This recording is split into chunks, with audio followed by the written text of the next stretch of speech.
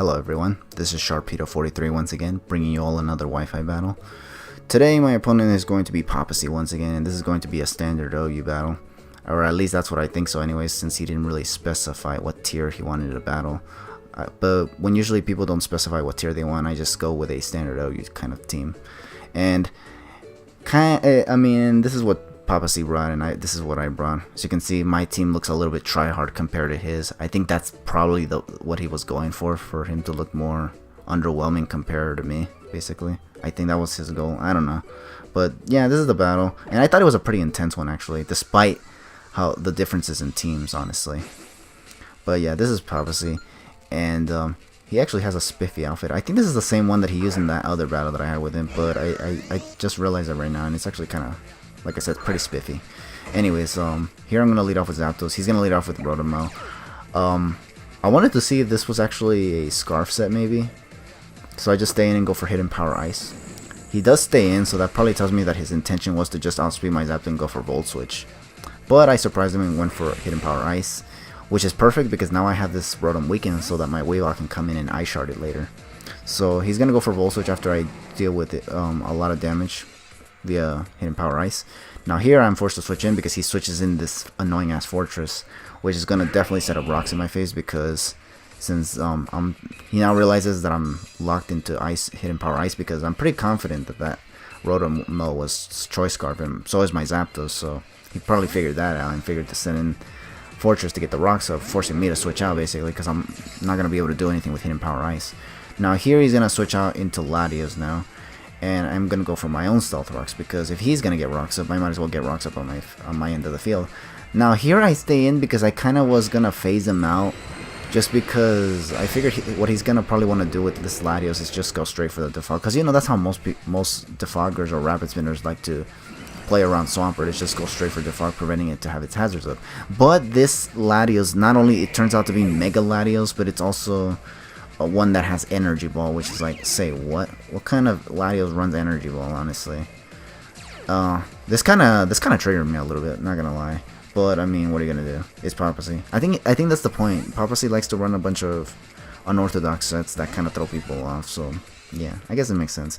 Now here I send in Weavile just to scare this Latios away because I'm confident he's not gonna want to stay in. The reason why I needed to make this play was because I have no way to get rid of the rocks right now. So what I need to do is literally just outplay him. And I do double into Zapdos because I anticipated the switch back into Fortress, and I do predict him to switch it in. I go into Zapdos because what the plan here is just to go for Heat Wave. Here, because I doubled on him, I didn't think he want to switch out again, because then what if I try to predict him again? So he just stays in, and he does take the Heat Wave, which is actually kind of funny.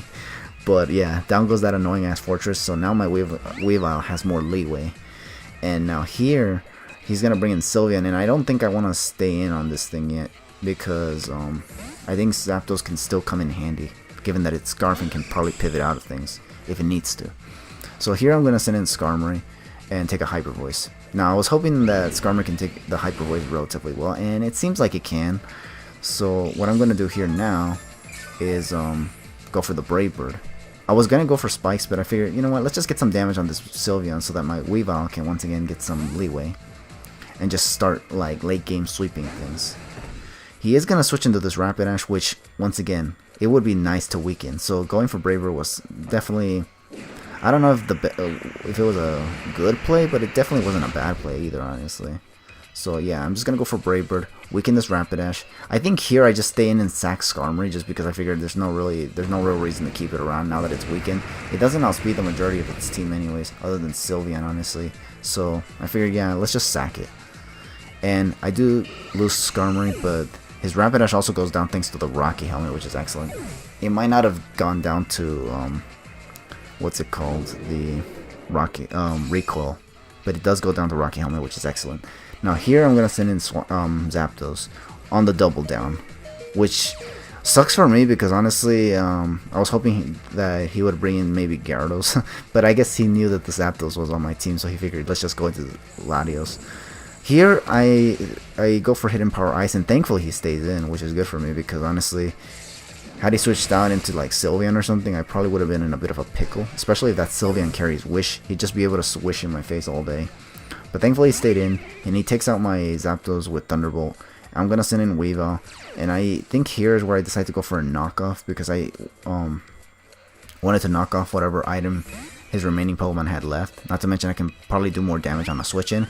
And what do you know? He actually sends in this Sylveon, which is definitely good for me to just get a knockoff on, to knock off its leftovers. Now it has no passive recovery. Now here I'm actually going to risk it for the biscuit and actually go for an Icicle Crash, hoping to take it out. Now initially I thought this was a misplay because my concern here was that after taking out the Sylveon, he would just be able to go straight into Gyarados and get an Intimidate off, reducing my attack, and therefore weakening my Icicle Crash, which means it can probably not even be able to take it out afterwards. So I was like, oh, this is going to be a problem. But he just goes into Rotom-M and I guess doesn't expect the Ice Shard because I clearly had Ice Shard on this thing. I thought what he was going to do was send in Gyarados right away, but he didn't. He sends in Gyarados now though, and it does take Rocks damage, which is perfect. And we already know that that Latios was the Mega and not the Gyarados. Ay, ay, ay. So here I'm gonna go for the Icicle Z, blah blah blah blah blah. I'm gonna go for the Sub-Zero Slammer here. I was gonna call it the Icicle Spear or some shit like that. I don't know, but yeah, I go for Sub-Zero Slammer here on the what's it called, Gyarados. And here I was just hoping I could just take it out, because if not, that would be kind of problematic. And here it doesn't take it out, but he doesn't even try to finish me off with Waterfall either. Instead, he tries to go for Dragon Dance, which was my biggest fear, because if I'm not able to take this Gyarados out with an Ice Shard, he's just gonna literally run through my team, because my last two mons are Tapu Lele and Diancie, and none of those two can outspeed Gyarados at +1, because my Tapu Lele is not Choice Scarf and Diancie is just Mega Diancie. So yeah.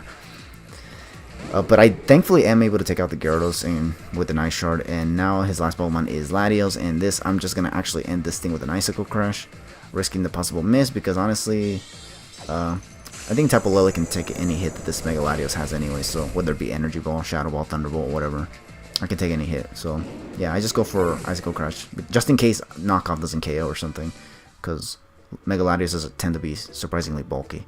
But anyways, that's going to be the whole game. Good game to PaPaSea. That was a nice quick little battle right there. My Weavile got a nice late game sweep, which is actually pretty clean. And the match was not like a 4-0 or anything like that. So yeah, thank you all for watching this battle. Feel free to leave your thoughts in the comments below if you guys want to. And I'll catch you guys in the next battle. Later.